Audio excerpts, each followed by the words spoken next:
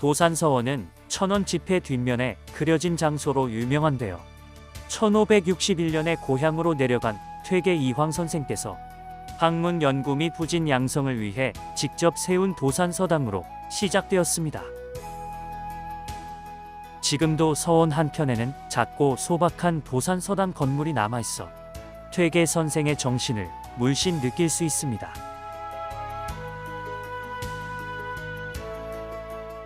도산서원은 유학을 배우고 실천하는 곳인 만큼 건물 하나하나의 가르침과 의미가 담겨 있습니다.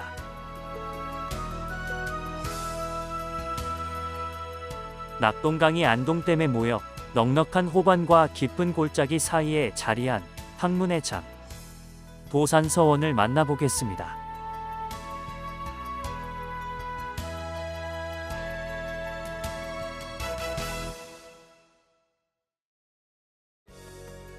도산서원은 사적제 170호에 지정되었고 한국의 서원이라는 이름으로 유네스코 세계문화유산에도 등재된 곳입니다.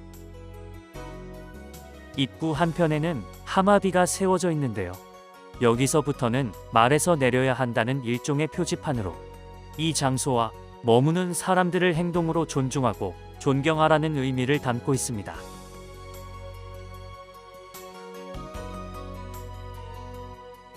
도산서원은 전면에 낙동강이 흐르는 경사지에 자리하고 있습니다.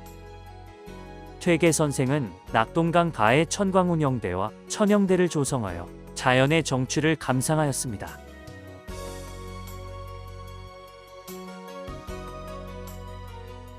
도산서원 주변의 자연 환경을 노래한 도산자병에는 낙동강을 배경으로 한 시가 여러 수 확인되는데 퇴계 선생은 이곳에서 낚시를 하거나 물고기를 관찰하고 휴식을 취하며 자연과 학문의 즐거움을 노래하였습니다.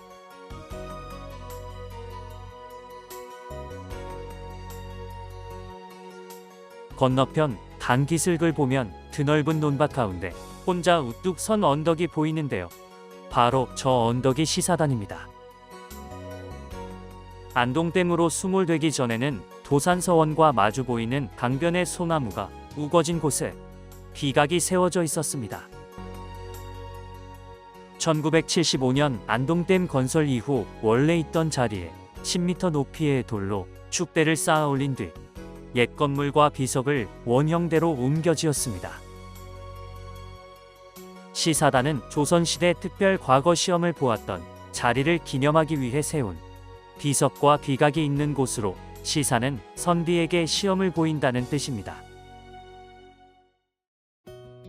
도산서원은 조선 중기의 문신이자 대학자인 퇴계 이황을 기리고 후학을 양성하기 위해 세운 서원입니다. 1792년에는 정조가 퇴계의 학덕을 기리기 위해 향사에 필요한 물품을 친히 내리고 특별 과거인 별시를 도산서원에서 열기도 하였습니다. 도산서원 앞마당에 있는 왕버들은 퇴계 선생이 도산서당을 지을 시절부터 있었던 것으로 퇴계 선생은 도산자병에서 시냇가의 왕버들을 바라보며 풍류 넘치는 버드나무와 봄의 아름다운 모습을 노래하였습니다. 이 우물 역시 도산서원, 심지어 도산서당이 있기 전부터 이 자리에 있었습니다. 유난히 물이 맑고 달아 예로부터 식수로 애용되었는데요. 새로운 서당의 터를 찾던 퇴계 이황의 눈에 들어오게 되었고 퇴계 이황이 얼마나 큰 감명을 받았는지 기록을 통해 알 수 있습니다. 퇴계 이황의 도산기에 도루물에 물이 달고 차가우니 선비가 수양하기에 알맞은 곳이다라는 기록이 있습니다. 퇴계 이황은 이 우물을 발견하고 이 멋진 도루물을 노래하는 시까지 지었습니다.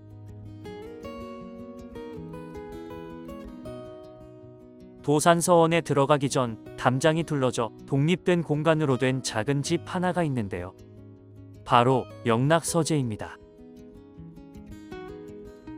이곳 영락서재는 도산서당이 지어질 당시 함께 건립된 곳입니다.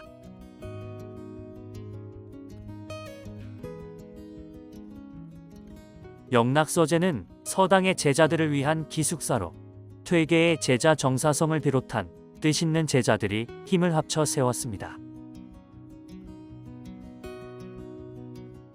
정면 3칸, 측면 1칸의 단정한 건물로 영락서재 현판의 글씨는 퇴계 이황이 직접 썼다고 전해지는데요.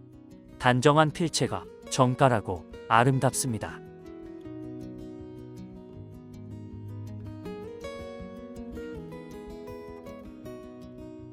영락서재의 영락은 논어의 구절인 유붕자원박내, 불영락호에서 따온 것인데요. 이를 해석하면 벗이 멀리서 찾아오면 또한 즐겁지 아니한가로 친구를 맞이하는 반가운 마음을 담고 있습니다.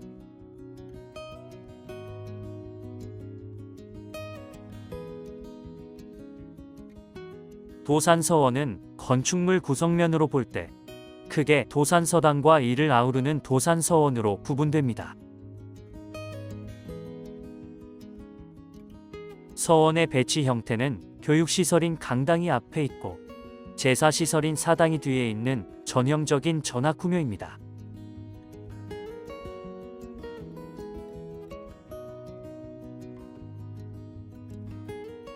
내부에 들어서면 몽천이라는 샘물이 있는데요.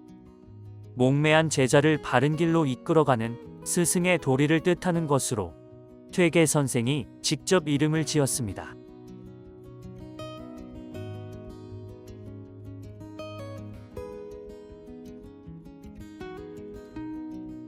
도산서원에서 퇴계 이황의 숨결을 가장 많이 담고 있는 곳인 도산서당을 만나보겠습니다. 도산서당은 퇴계 선생이 몸소 제자를 가르치던 곳으로 1557년에 착공하여 1561년에 완공하였습니다.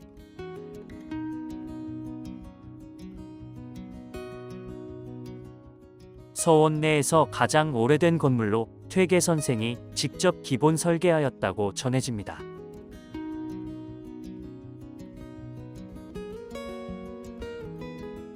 서당은 일자 형태의 단정한 색한 건물로 부엌, 온돌방, 마루로 되어 있습니다. 여기에 부엌 반칸, 마루 한 칸을 더 달아내었고 건물 3면에 퇴를 놓아낸 점이 특이합니다. 덧지붕을 달고 마루를 연장하였으며 방은 월락제, 마루는 암서헌이라고 이름 붙였습니다.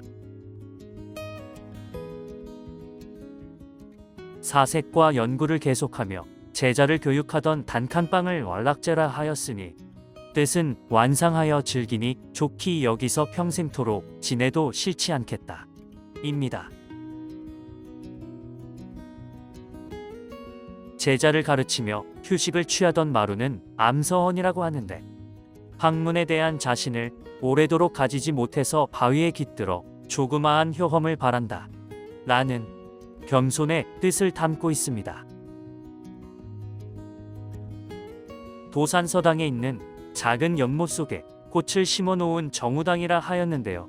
글자 그대로 한다면 깨끗한 벗이 있는 연못이라는 뜻입니다.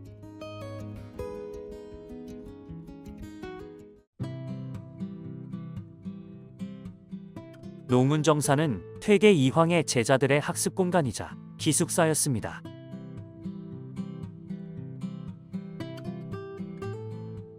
퇴계 선생이 직접 기본 설계를 하고 당시 용수사 승려였던 법면과 정의를 임명하여 건립하였다고 합니다.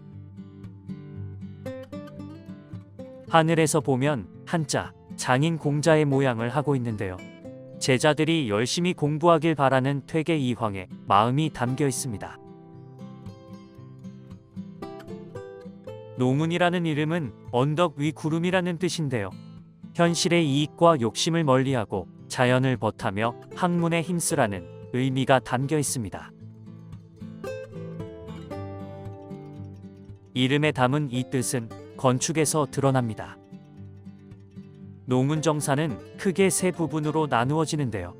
오른쪽 마루의 이름은 시습제로 공부하는 곳이고 왼쪽 마루는 관람헌으로 휴식을 취하는 곳이며 마루 뒤쪽에 있는 곳은 지숙료로 서당에 공부하러 온 학생들이 머물렀다고 합니다. 공부를 하고 휴식하는 곳은 사방을 시원하게 터서 자연이 한눈에 들어오도록 했습니다. 도산서당의 위쪽으로 서원을 건립하면서 도산서당과 농운정사 사이에 진입로가 만들어졌습니다. 진도문은 이 진입 공간을 따라 서원으로 들어가는 문으로 아래쪽에 서당 영역과 서원 영역을 구분하고 있습니다.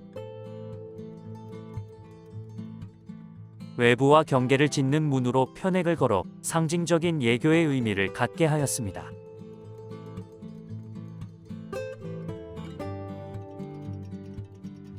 진도문 양쪽에는 똑같이 생긴 건물 2개가 있습니다. 마치 누각처럼 바닥과 한참 떨어져 지어진 것이 독특한데요. 현판은 퇴계 선생의 친필입니다.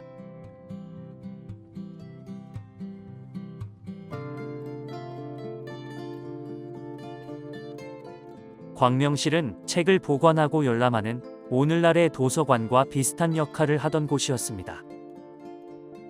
누각처럼 지은 것은 습기로부터 종이와 책을 보호하기 위한 것으로 동광명실은 1819년 순조 때 세워졌습니다.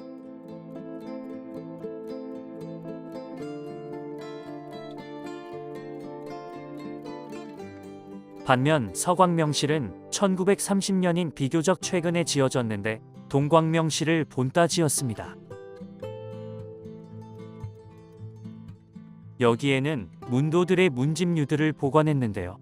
그 중에는 일본의 유학자 스구리 교쿠스이가 쓴 이퇴계 서초라는 책도 있는 것으로 보아 퇴계 이황이라는 인물이 우리나라뿐 아니라 해외 유학 사상에까지 큰 영향을 미친 것을 짐작할 수 있습니다.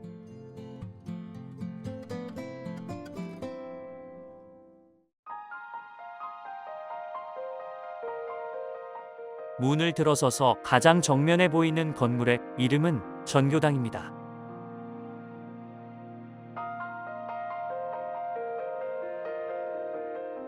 서원의 강당이라고 이해할 수 있는데요. 큰 행사나 큰 강의가 이곳에서 이루어졌기 때문입니다.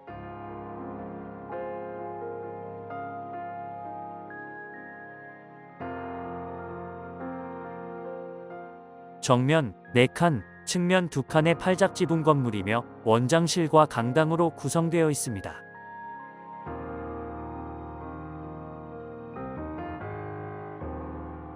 기단부를 높여 위험을 살렸고 양쪽에 계단을 설치하였습니다.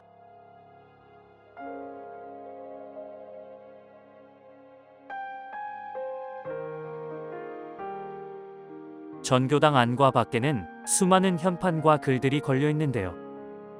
먼저 전교당 정면에 걸린 도산서원 현판은 그 유명한 한석봉의 글씨입니다.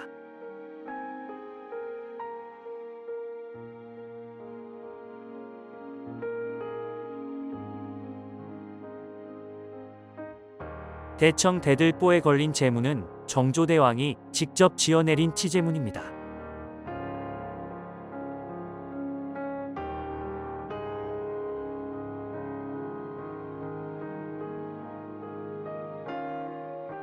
대청 전면 3칸은 문짝을 달지 않고 개방하였으나 측면과 뒷면에는 각 칸마다 2짝의 여닫이 창호를 다른 모습입니다.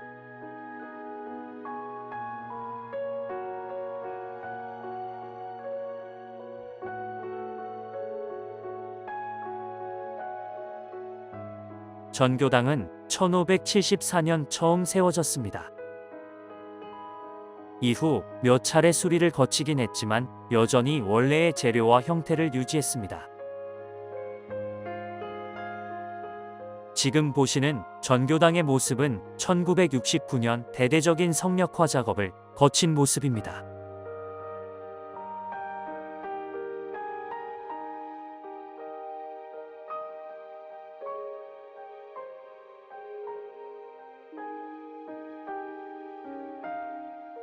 옆에 작은 온돌방의 이름은 한존재로 서원의 원장이 머물며 업무를 보던 곳입니다. 보통 다른 서원의 온돌방은 건물 오른쪽에 붙어 있는데요. 도산사원에는 왼쪽에 붙어 있습니다. 그 이유는 우측 뒤편에 퇴계 이황의 사당이 있기 때문입니다.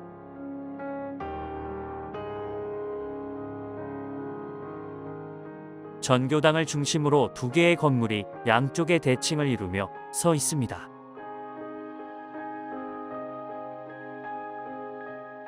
먼저 왼편의 박약재는 도산서원의 원생이 기숙하던 곳으로, 동쪽 편에 위치한 까닭에 동제로도 불립니다.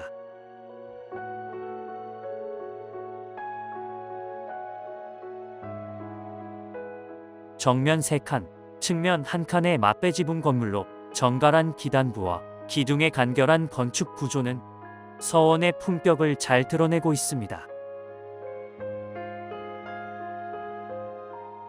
강당과 함께 교육 공간의 중심을 이루는데요. 동제에 거처하는 원생이 서제의 원생보다 선배가 됩니다.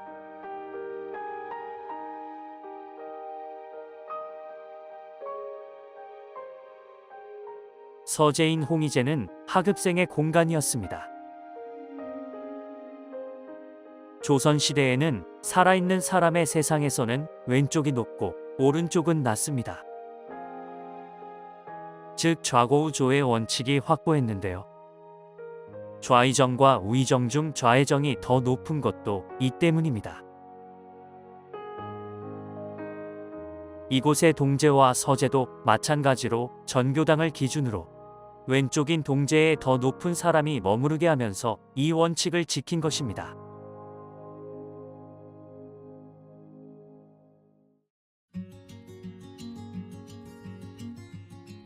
이번에는 상덕사로 들어가는 사당문으로 내산문이라고도 불리는 곳입니다.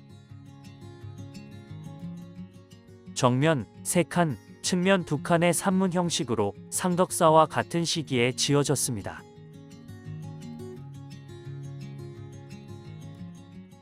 가운데 문은 혼이 다니는 문이라 하여 사람이 쓰지 않고, 사람들은 오른쪽 문으로 들어가고 나오는데 역태극 문양을 한 모습입니다.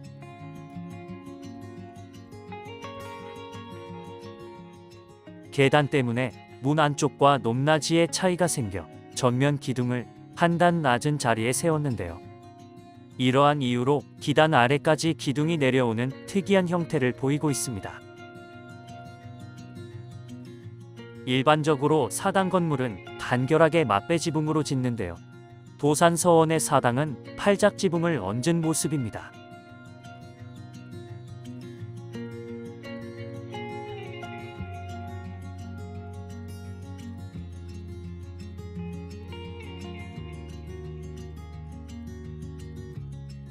상덕사는 퇴계 이황과 그의 제자 월천 조목의 위패를 모신 사당입니다. 도산서원의 가장 안쪽 그리고 가장 높은 지대에 마련된 것만 보아도 얼마나 뜻깊은 곳인지 짐작할 수 있습니다. 공식적으로 상덕사를 볼 수 있는 건 1년에 2번인 향사례 때인데요. 향사례는 퇴계 이황을 기리고 추모하는 제사로 무려 500년 동안 이어져 내려온 의식입니다.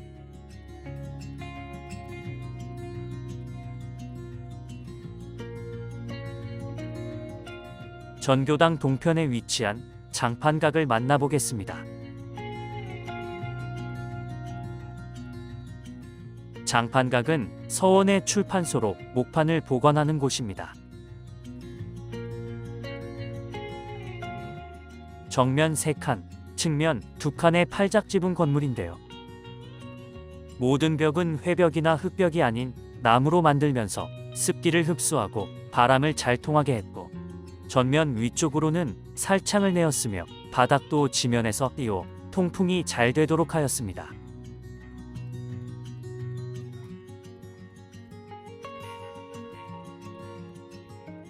이 장판가게는 주자, 서전료, 이학, 통로, 계몽 등 퇴계 이황의 저서와 도산 12곡, 퇴계 선생 언행록 등 퇴계의 사상과 기록을 묶은 문헌의 목판들을 보관하고 있었습니다. 장판가게에 있던 목판들은 보존과 연구를 위해 한국국학진흥원으로 옮겼습니다.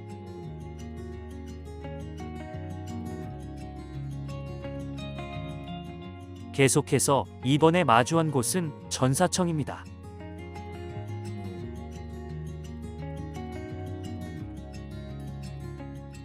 전사청은 사당에서 제사 지낼 때 쓰이는 음식인 제수를 차리고 보관하는 곳으로 음식의 재료를 날라오는 고직사와 사당 사이에 위치하고 있습니다. 두 칸으로 된 각각의 건물이 동서로 나누어져 있는데요. 동쪽을 주청으로 하고 서쪽에는 제기고를 마련해 두었습니다. 주청은 온돌방 1칸, 마루 1칸으로 구성되어 있습니다.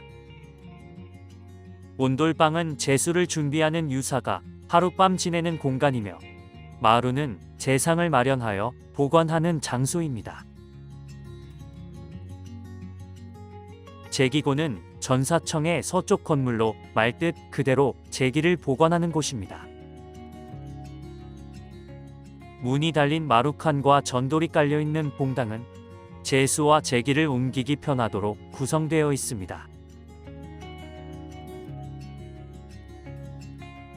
고즈넉한 여러 지붕이 겹쳐 보이는 모습이 아름다워 보이는데요. 이번에 마주할 곳은 고직사입니다.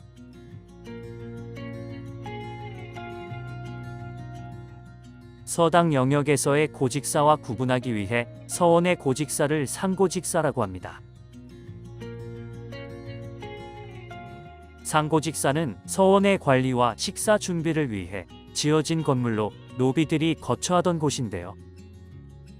일반 살림집의 형태와 큰 차이를 보이지 않습니다. 남북으로 긴 미음 자형을 이루며 온돌방 7칸에 창고, 부엌 등을 합쳐 총 21칸으로 되어 있습니다.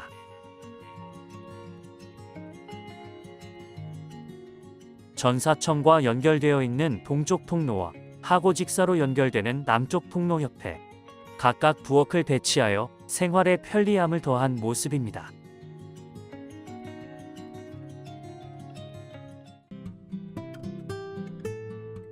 서원의 건축물들은 전체적으로 간결하고 검소하게 꾸며졌으며 퇴계 선생의 품격과 학문을 공부하는 선비의 자세를 잘 반영하고 있습니다. 도산서원은 1969년부터 정부의 고적 보존 정책에 따라 성역화 대상으로 지정되어 대대적인 보수를 하였습니다. 이 사업의 일환으로 건립된 옥진각은 퇴계 선생의 유물전시관으로 1970년에 완공되었습니다.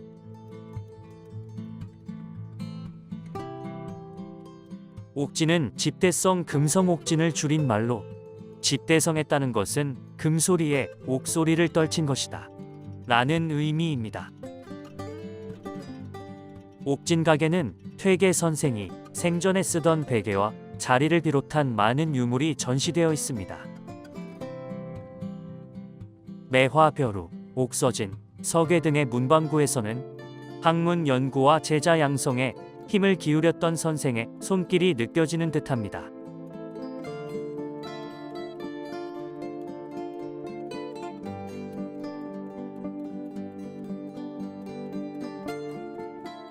이외에도 퇴계 선생의 교육관이나 배우는 사람의 공부 가운데 심신을 닦는 것보다 절실한 일은 없다처럼 교육에 대한 말씀을 들어볼 수 있습니다.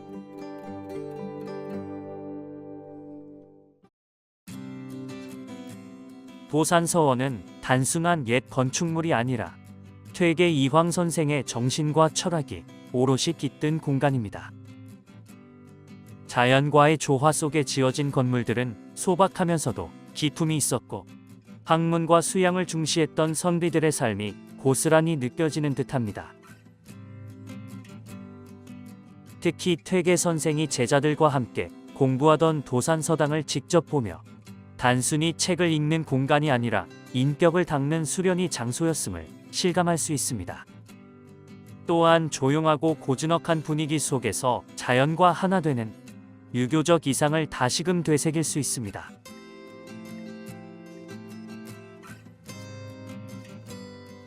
지금까지 현재를 살아가는 우리에게도 많은 교훈을 주고 있는 도산서원이었습니다.